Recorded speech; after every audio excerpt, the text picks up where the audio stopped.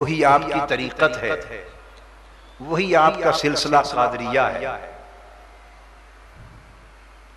اب آج فتوح الغیب جو آپ کی تعلیمات میں سے ایک عظیم کتاب ہے، اس میں سے مختصراً آپ کی ایک نصیحت سناتا ہوں اور بعد میں آپ کی وصیت سناتا ہوں۔ جب آپ کے وصال مبارک کا وقت آیا تو آخری وصیت جو فرمائی آپ نے اپنی اولاد امجاد کو، وہ وصیت سناتا ہوں آج۔ اس سے قبل آپ کی ایک نصیحت، اور یہ جو نصیحت ہے اور آپ کی وصیت ہے، سمجھیں یہ تعلیمات سلسلہ قادریہ۔ آپ چاہتے ہیں نا کہ سچے اور سچے قادری بنے، بولیے چاہتے ہیں کہ نہیں؟ اور چاہتے ہیں کہ حضور سیدنا غوث العظم رضی اللہ تعالیٰ عنہ کے سچے حامل اور وارث بنے ان کے فیض کے، چاہتے ہیں؟ تو پھر ان کے فیض کے حامل اور وارث بننے کے لیے جو نصیحت انہوں نے فرمائی اور جو وصیت فرمائی آخری، اس کو زندگی میں حرز جاں بنا، اپنی زندگیوں میں تبدیلی لائیں اور اصل بات اور اصل راز اور اصل طریقت اور اصل ولایت کو سمجھنے کی کوشش کریں۔ عرس کے جو اجتماع ہوتے ہیں ان کا بنیادی مقصود یہ ہوتا ہے کہ صاحب عرس کی تعلیمات سے انسان آشنا ہو۔ عرس نہ صرف رسم کا نام ہے کہ سال کے سال آئے اور رسم پوری کی اور شیخ کے مزار اقدس پر چادریں چڑھا دی۔ عرس کا مقصود یہ نہیں ہے، عرس کا مقصود یہ نہیں ہے، یہ اس عرس کی رسوم میں سے ایک حصہ ہے۔ نہ یہ مقصود ہے کہ آئے تو صرف نذرانے دے گئے، یہ سال کے 12 مہینے آگے پیچھے بھی آپ یہ شوق پورا کرتے ہیں۔ اور نہ عرس کا مقصود فقط یہ ہے کہ آئے ایک رسمی محفل کی، واہ واہ کی، چلے گئے، یہ بھی نہیں۔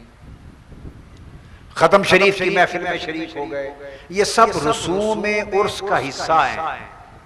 ایک ایک عمل کی برکت ہے، ایک ایک عمل کی برکت ہے، مگر یہ تمام چیزیں مقصود عرس نہیں۔ مقصود عرس کے مقصد دو ہیں، عرس کے مقصد بولیے دو ہیں، ایک صاحب عرس کے لیے اور ایک حاضرین عرس کے لیے، شرکائے عرس کے لیے۔ صاحب عرس کے لیے عرس شادی کا نام۔ ہماری جب موت ہوتی ہے، عام لوگوں کی جب موت ہوتی ہے تو وہ وفات ہوتی ہے، جو مدت حیات تھی وہ پوری ہو گئی، وفات پا گئی۔ ولی کی جو موت ہوتی ہے وہ وصال ہوتا ہے، ولی کی موت وصال ہوتا ہے، اور وہ ولی کی موت ذائقے کے طور پر آتی ہے اور چلی جاتی ہے۔ کل نفس ذائقۃ الموت، ویسے تو ہر مومن کے لیے موت ایک ذائقہ ہے، آتی ہے اور چلی جاتی ہے۔ موت کسی کو فنا نہیں کرتی، یہ مغالطہ ہے، موت کسی کو فنا نہیں کرتی۔ ہاں وہ فنا ہو جاتے ہیں موت کے ہاتھوں جو زندگی میں فنا نہیں ہوئے ہوتے، جو زندگی میں فنا نہیں ہوئے ہوتے وہ موت کے ہاتھوں فنا ہو جاتے ہیں۔ ایک بار بندے نے فنا ہونا ہے بس، کیا ایک بار فنا آتی ہے، دو بار نہیں آتی۔ ہم لوگ چونکہ زندگی میں فنا نہیں لاتے، اس لیے موت ہماری فنا لاتی ہے۔ اولیاء اللہ زندگی میں موتو قبل ان تموتو، مرنے سے پہلے مر جاؤ۔ ان کا طریقہ یہ ہے کہ وہ مرنے سے پہلے مر جاتے ہیں۔ اولیاء اللہ زندگی میں موتو قبل ان تموتو، مرنے سے پہلے مر جاؤ۔ ان کا طریقہ یہ ہے کہ وہ مرنے سے پہلے مر جاتے ہیں۔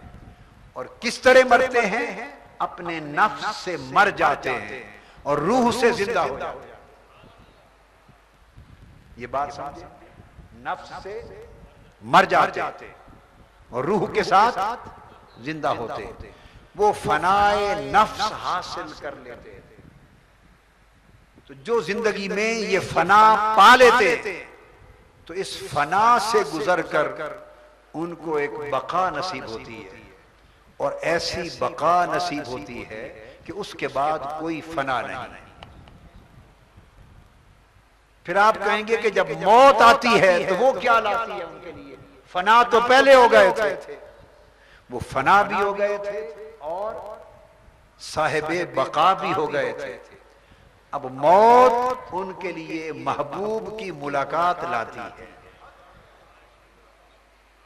موت ان کے لیے محبوب کا وصال لاتی ہے، ان کے لیے محبوب کا وصال لاتی ہے۔ اوروں کی موت غم بن کر آتی ہے، ولیوں کی موت شادی بن کر آتی ہے۔ اوروں کی موت غم بن کر آتی ہے، ولیوں کی موت شادی بن کر آتی ہے۔ یہ درس سے پہلے ایک بات ہو گئی، میں نے کہا تھوڑا آپ کو سمجھائیں عرس کی مناسبت سے۔ تو ولی کی موت شادی ہوتی، اس لیے مومن کو قبر میں کہا جاتا ہے نم کنومت العروس۔ جس طرح پہلی رات کی دلہن سوتی ہے، اے مرد مومن اب تو اسی طرح اس قبر کی سیج میں سو جا، قبر کی سیج پر اس طرح سو جا جیسے پہلی رات کی دلہن سوتی ہے۔ یہ حدیث نبوی صلی اللہ علیہ وسلم، حدیث پاک اور حدیث صحیح ہے۔ جب وہ تینوں سوال ہو چکتے ہیں اور مومن جب پہچان لیتا ہے آقا علیہ الصلوۃ والسلام کو اور اسے خوشخبری دے دی جاتی ہے، اور اس خوشخبری کے بعد آخری کلام فرشتے جو اس مرد مومن سے، اس ولی سے کرتے ہیں وہ ہوتا ہے کہ اب سو جا۔ جیسے ماں لوری دیتی ہے نا بچے کو، سو جا سو جا میرے سہنے سو جا۔ تو لوری کا جملہ جو مرد مومن کو، ولی اللہ کو قبر کی سیج پر، قبر کی سیج پر برزخ کی ماں سلاتی ہے، اور برزخ کی ماں جو لوری دیتے ہوئے کہتی ہے وہ ترانہ ہے، سو جا پہلی رات کی دلہن کی طرح سو جا۔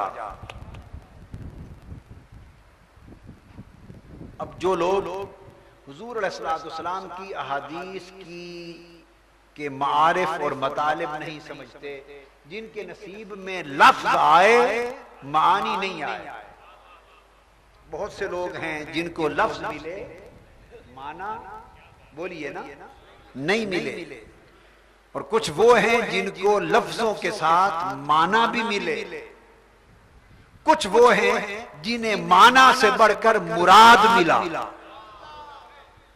ایک ایک پردہ اٹھتا چلا جاتا ہے اور بات کھلتی چلی جاتی ہے، بات سے بات کھلتی چلی جاتی ہے اور بات سے بات بنتی چلی جاتی ہے۔ تو پھر جاننے والے وہ کچھ جانتے ہیں جو پڑھنے پڑھانے والے نہیں جانتے۔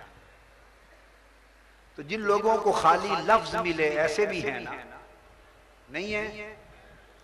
جن کو لفظ ملتے ہیں وہ شور بہت مچاتے ہیں، ہنگامہ کرتے ہیں، کیا؟ اور جن کو معنی اور مراد مل جاتا ہے